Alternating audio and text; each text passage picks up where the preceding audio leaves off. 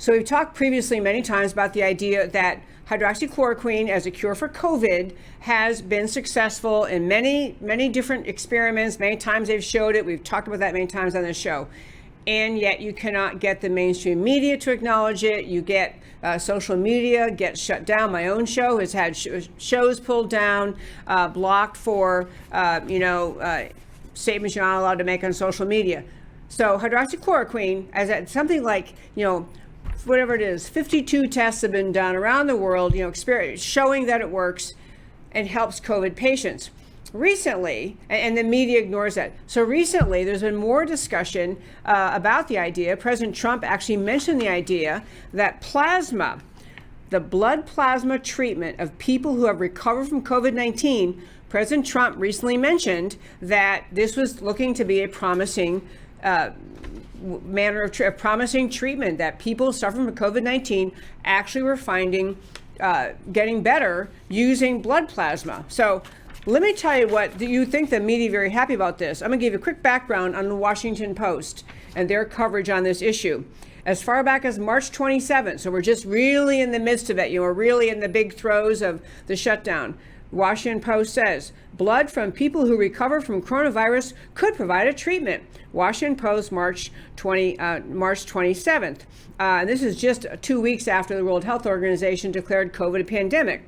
And then you have, just over a week later, Washington Post reports again, while there's no vaccine yet for COVID-19, we do have one potentially promising treatment to help people infected with the coronavirus: infusions of antibody-rich plasma from other patients who've had the disease and recovered. Then again in June 18th of 2020, Washington Post reports a large study of 20,000 hospitalized COVID-19 patients who received transfusions of blood plasma from people who recovered found the treatment was safe and suggests giving to people early in the disease may be beneficial. Blood plasma from people who recovered is a safe COVID-19 treatment, study says. Fast. And so then actually after that, before we lose track, one more, earlier this month, 4 former FDA commissioners wrote an op-ed in the Washington Post arguing blood plasma taken from people who've recovered from COVID might be the COVID-19 treatment we need. Fast forward, President Trump makes reference to the idea that actually, it just may turn out that we have an effective treatment for COVID-19 in the blood plasma of patients who have recovered from COVID-19. Well, so he mentions that, and then so that was Trump. Then, according to the FDA Commissioner Stephen Hahn, plasma treatments reduce mortality of COVID-19 by 35%. So they're still out there, but Trump says this, and lo and behold, Washington Post is having second thoughts about all of this. Now that Trump has said blood plasma might work really well, you have this statement about scientists express doubts about coronavirus treatment touted as breakthrough by Trump. Said a headline this week, Monday. So Post, months on end, story after story. It's great. This could be a real breakthrough. Trump says something. All of a sudden, Washington Post is giving thumbs down, doubt, concern.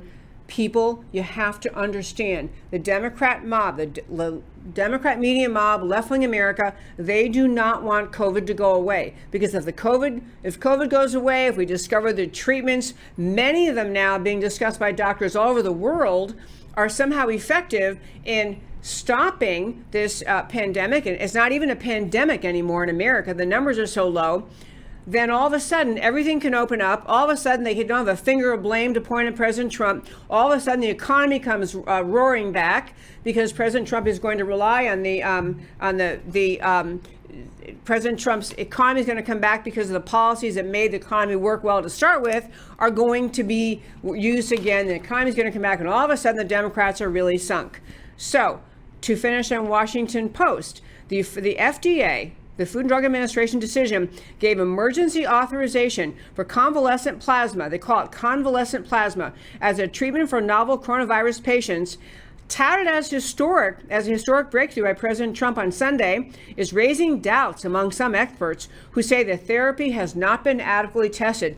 This reminds me of the thing we talked about a few days ago, where you had the Yale expert, world-renowned epidemiologist on Mark Levin's show, Dr. Risch, who's saying hydroxychloroquine is working wonders. Why aren't we using it? And you just have the insanity of not being of the government and left-wing sources not being willing to say it works, and all of a sudden the FDA is saying, well, we're not too sure. Same kind of argument, haven't been adequately tested. The urgency of the crisis has elided with a false sense we should skip over rigorous studies of interventions because we don't have enough time. Okay, people are dying. I mean, less people are dying, fewer are dying, we're doing better. But people find treatments that work. The Post thought it was fine for months, and all of a sudden, because President Trump says on Sunday and again on Monday, hey, this is looking really good, all of a sudden, Post is like, well, we're not really too sure about that. Never mind. So I have to tell you, even Michael Caputo, the Health and Human Services Department Assistant Secretary for Public Affairs, said, wait a minute, Washington Post, look at all these stories you said here, and all of a sudden you're saying, never mind. You just have to understand, people, these people do not want to have a cure for COVID. They don't want to have treatments that are effective. They don't want to have hydroxychloroquine. They don't want to have inhaled budesonide using a nebulizer. They don't want this new oleandrin thing. Anything that might work, not only and make cases go away, make people better, but cause the fear and panic to drop in the populace, the American people. The left, they can't have it. They just cannot have fear end. You cannot have fear end, because if people get back out in the world and they reopen their businesses and they go to their companies and go to their jobs and they eat in restaurants and shop at the mall and do normal American things, and the economy comes roaring back, the left has nothing to whine about and complaining about President Trump. This is the entire reason that you're seeing Washington Post back off from this story.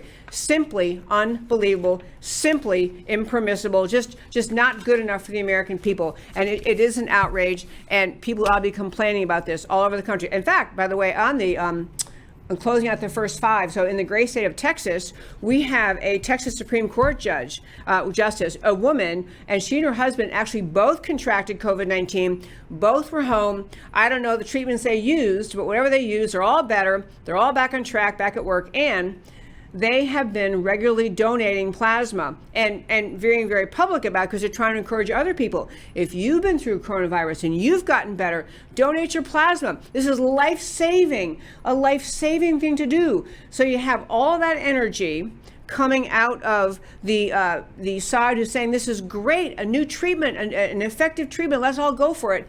And the Washington Post trying to throw cold water all over it because it just might help President Trump bring the economy back, bring the American spirit even more back, help people drop fear. And the last thing they can stand is anything that might actually help President Trump and actually help the American people. Pretty sick when you think about the Washington Post acknowledging this works months on end, and then all of a sudden saying, oh, no, when it's really here.